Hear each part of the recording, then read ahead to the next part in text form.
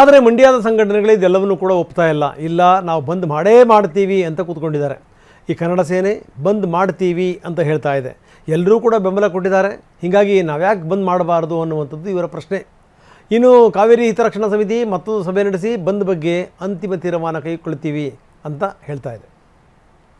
ಕನ್ನಡ ಸೇನೆ ಕರ್ನಾಟಕ ಅಂದು ಬೆಳಗ್ಗೆ 7 ಗಂಟೆಗೆ ಮಂಡ್ಯದ ಸಂಜಯ ವೃತ್ತದಲ್ಲಿ ವಿವಿಧ ರೀತಿಯಲ್ಲಿ ಆ ಹೋರಾಟವನ್ನು ಮಾಡೋದಕ್ಕೆ ನಾವು ಈಗಾಗಲೇ ಸಭೆಯಲ್ಲಿ ತೀರ್ಮಾನ ಮಾಡಿದ್ದೇವೆ.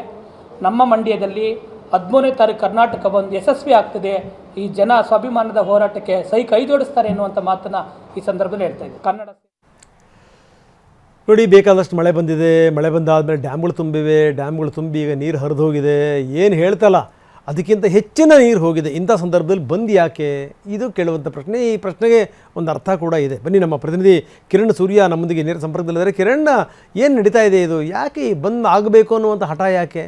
ಆಯಿತು, ಬಂದ್ಗೆ ಕರೆ ಕೊಟ್ಟಿದ್ದರು, ಅದಾದಮೇಲಿಂದ ಸಾಕಷ್ಟು ಕಾವೇರಿ ನೀರು ಹರಿದು ಹೋಗಿದೆ. ಹೆಂಗೋ ಏನೋ ಅಂದರೆ ಮಳೆಯ ಕೃಪೆನೂ ಸಿಕ್ತು, ಡ್ಯಾಮ್ಗಳು ತುಂಬಿದವು, ಈಗ ನೀರು ಹರಿದು ಹೋಗಿದೆ. ಇಂಥ ಸಂದರ್ಭದಲ್ಲಿ ಬಂದ್ ಯಾಕೆ ಅನ್ನುವಂಥದ್ದು ಪ್ರವೀಣ್ ಶೆಟ್ಟರ ಪ್ರಶ್ನೆ. ಅದು ಅರ್ಥ ಕೂಡ ಇದೆ ಅದರಲ್ಲಿ. ಆದರೆ ವಾಟಾಳ್ ನಾಗರಾಜ್ ಒಪ್ತಾ ಇಲ್ಲ, ಮಂಡ್ಯದ ಸಂಘಟನೆಗಳು ಒಪ್ತಾ ಇಲ್ಲ. ಏನಿದು?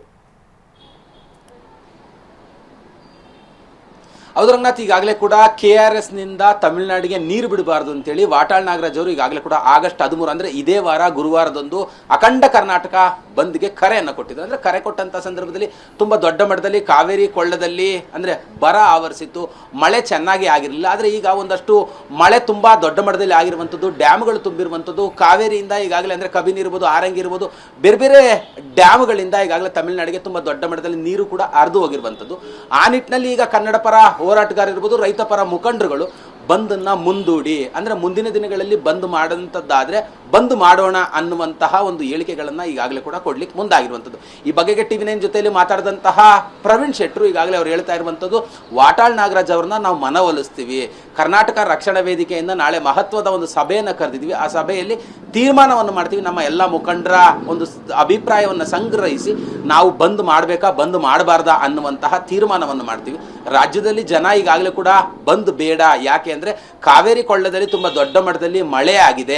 ಮಳೆ ಆಗಿರೋದ್ರಿಂದ ಸುತ್ತಮುತ್ತ ಇರುವಂತಹ ಡ್ಯಾಮ್ಗಳು ಭರ್ತಿಯಾಗಿದೆ. ತಮಿಳುನಾಡಿಗೂ ಕೂಡ ನೀರು ಹರಿದು ಹೋಗಿದೆ. ಈಗ ರಾಜ್ಯದಲ್ಲಿ ಮಳೆಯ ಕೊರತೆ ಇಲ್ಲ, ಹಾಗಾಗಿ ಈ ಬಂದ್ನ ಅವಶ್ಯಕತೆ ಇಲ್ಲ, ಬಂದ್ ಮುಂದೂಡಿ ಅನ್ನುವಂಥ ಮಾತುಗಳನ್ನು ಹೇಳ್ತಾ ಇದ್ದಾರೆ ಅಂತೇಳಿ.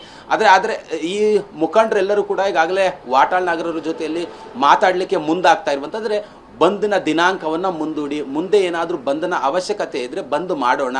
ಆದರೆ ಈಗ ಮಳೆ ಚೆನ್ನಾಗಿ ಆಗ್ತಿರೋದ್ರಿಂದ ಬಂಧನ ಅವಶ್ಯಕತೆ ಇಲ್ಲ ಅನ್ನುವಂಥ ಒಂದು ಮಾತುಗಳನ್ನು ಹೇಳ್ತಾ ಇರುವಂಥದ್ದು.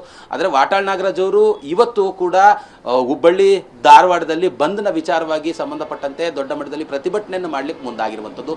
ನಾಳೆ ಕರೆದಿರುವಂತಹ ಸಭೆಯ ನಂತರದಲ್ಲಿ ಏನಾಗತ್ತೆ ಅಂದರೆ ಈ ಬಂದ್ ಮಾಡಬೇಕಾ ಬಂದ್ ಮಾಡಬಾರ್ದಾ ಅಥವಾ ಬಂದ್ ಮಾಡುವಂಥದ್ದೇ ಆದರೆ ಈಗ ಅದರ ಅನಿವಾರ್ಯತೆ ಇದೆಯಾ, ಮುಂದಿನ ದಿನಗಳಲ್ಲಿ ಏನಾದರೂ ಬಂದ್ ಮಾಡೋಣ, ಬಂದು ದಿನಾಂಕವನ್ನ ಮುಂದೂಡೋಣವಾ ಅನ್ನುವಂಥ ಒಂದು ಚರ್ಚೆಗಳನ್ನು ಈಗಾಗಲೇ ಎಲ್ಲ ಮುಖಂಡರುಗಳು ಕೂಡ ಮಾಡ್ತಾ ಇರುವಂಥದ್ದು. ಹಲವು ರೈತಪರ ಸಂಘಟನೆಗಳು ನಾವು ಬೆಂಬಲ ಕೊಡ್ತೀವಿ ಅನ್ನೋಂಥ ಮಾತುಗಳು ಹೇಳ್ತಾ ಇದ್ರೆ. ಕುರುಬೂರು ಶಾಂತಕುಮಾರ್ ಇರ್ಬೋದು, ಮತ್ತೆ ಮುಖ್ಯಮಂತ್ರಿ ಚಂದ್ರು ಇರ್ಬೋದು, ಇವರೆಲ್ಲರೂ ಕೂಡ ಈಗ ಬಂಧನ ಅವಶ್ಯಕತೆ ಇಲ್ಲ, ವಾಟಾಳ್ ನಾಗರಾಜ್ ಅವರು ಬಂಧನ ದಿನಾಂಕವನ್ನು ಮುಂದೂಡಬೇಕು ಅನ್ನುವಂಥ ಮಾತುಗಳನ್ನು ಈಗಾಗಲೇ ಹೇಳ್ತಾ ಇರುವಂಥದ್ದು. ಹಲವು ರೈತಪರ ಸಂಘಟನೆಗಳು, ಕನ್ನಡ ಪರ ಸಂಘಟನೆಗಳು ಈಗಾಗಲೇ ಮೊನ್ನೆ ಗಾಂಧಿ ಭವನದಲ್ಲಿ ಒಂದು ಸಭೆಯನ್ನು ಕೂಡ ಕರೆದಿದ್ರು. ಈ ಸಭೆಯಲ್ಲಿ ತೀರ್ಮಾನ ತೆಗೆದುಕೊಂಡಿರುವಂಥದ್ದು ಈಗ ಸದ್ಯ ಬಂದ್ ಬೇಡ. ಹಿಂದೆ ಕೂಡ ನಾವು ಬಂದ್ ಮಾಡಿದಂಥ ಸಂದರ್ಭದಲ್ಲಿ ಬೆಂಬಲವನ್ನ ಕೊಟ್ಟಿದ್ವಿ. ಆದರೆ ಈ ಬಾರಿಯ ಬಂದ್ ದಿನಾಂಕವನ್ನ ಮುಂದೂಡೋಣ, ಮಳೆ ಬೆಳೆ ಚೆನ್ನಾಗಿ ಆಗ್ತಾ ಇದೆ, ನೀರು ಹರಿದು ಹೋಗ್ತಿದೆ ಅನ್ನುವಂತ ಅಭಿಪ್ರಾಯನ ವ್ಯಕ್ತಪಡಿಸ್ತಾ ಇರುವಂತದ್ದು. ಈ ಬಗೆಗೆ ಇನ್ನೂ ಅಧಿಕೃತವಾದಂತಹ ಹೇಳಿಕೆಯನ್ನ ವಾಟಾಳ್ ನಾಗರಾಜ್ ಅವರು ನೀಡದಿರೋದ್ರಿಂದ ಒಂದಷ್ಟು ಜನ ಗೊಂದಲದಲ್ಲಿರುವಂತದ್ದು. ರಂಗನಾಥ್, ಧನ್ಯವಾದ ತಮ್ಮೆಲ್ಲ ಮಾಹಿತಿಗೆ.